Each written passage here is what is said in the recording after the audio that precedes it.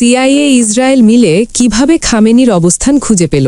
মধ্যপ্রাচ্যের রাজনীতিতে আবারও বিস্ফোরক অধ্যায়। ছায়াযুদ্ধের আড়ালে মাসের পর মাস গোপন নজরদারি, তারপর এক সকালেই ইতিহাস বদলে দেওয়া হামলা। প্রশ্ন একটাই, কিভাবে ইরানের সর্বোচ্চ নেতা আয়াতুল্লাহ আলী খামেনির অবস্থান এত নিখুঁতভাবে শনাক্ত করল যুক্তরাষ্ট্রের সিআইএ এবং ইসরায়েল? সূত্র বলছে, কয়েক মাস ধরেই খামেনির চলাফেরা, বৈঠকের সময়সূচি, নিরাপত্তা বলয় সবকিছু গভীরভাবে পর্যবেক্ষণ করছিল সিআইএ। গোয়েন্দা নেটওয়ার্ক ধাপে ধাপে তার অবস্থান ও অভ্যাস সম্পর্কে খুবই নির্ভুল তথ্য সংগ্রহ করে। ঠিক সেই সময় জানা যায়, শনিবার সকালে তেহরানের কেন্দ্রস্থলে একটি সুরক্ষিত কমপ্লেক্সে শীর্ষ বৈঠক হবে, যেখানে উপস্থিত থাকবেন খামেনি ও জাতীয় নিরাপত্তা সংশ্লিষ্ট গুরুত্বপূর্ণ ব্যক্তিরা।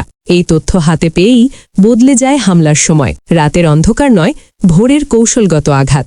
ইসরায়েল সময় সকাল ৬টায় যুদ্ধবিমান উড্ডয়ন করে। দীর্ঘ পাল্লার অত্যন্ত নির্ভুল ক্ষেপণাস্ত্র বহনকারী সেই বিমানগুলো ২ ঘণ্টা ৫ মিনিট পর তেহরান সময় সকাল ৯টা ৪০ মিনিটে লক্ষ্যবস্তুতে আঘাত হানে। কমপ্লেক্সের এক ভবনে তখন জাতীয় নিরাপত্তা পরিষদের শীর্ষ কর্মকর্তারা, পাশের ভবনে ছিলেন খামেনি। ইরানের রাষ্ট্রীয় বার্তা সংস্থা ইরনা নিশ্চিত করেছে, রিয়ার অ্যাডমিরাল আলী শামখানি ও মেজর জেনারেল মোহাম্মদ পাকপুর নিহত হয়েছেন। ইসরায়েল দাবি করেছে, এটি ছিল দীর্ঘ প্রস্তুতি ও কার্যকর গোয়েন্দা সমন্বয়ের ফল। হোয়াইট হাউস ও সিআইএ আনুষ্ঠানিকভাবে নীরব, তবে বিশ্লেষকরা বলছেন, গত বছরের ১২ দিনের সংঘাত থেকে অভিজ্ঞতা থেকে যুক্তরাষ্ট্র ইরানের নেতৃত্বের যোগাযোগ ও গতিবিধি সম্পর্কে আরও গভীর তথ্য পেয়েছিল।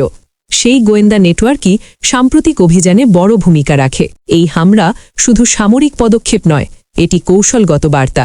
যুদ্ধের প্রস্তুতির ইঙ্গিত থাকার পরও কেন ইরানের শীর্ষ নেতৃত্ব পর্যাপ্ত সতর্ক ছিল না, সেই প্রশ্ন উঠছে জোরালোভাবে। ছায়ার আড়ালের এই গোয়েন্দা লড়াই দেখিয়ে দিল, আধুনিক যুদ্ধের তথ্যই সবচেয়ে বড় অস্ত্র, আর সেই তথ্য যখন হয় নির্ভুল, তখন কয়েক মিনিটেই বদলে যেতে পারে পুরো ভূরাজনৈতিক সমীকরণ।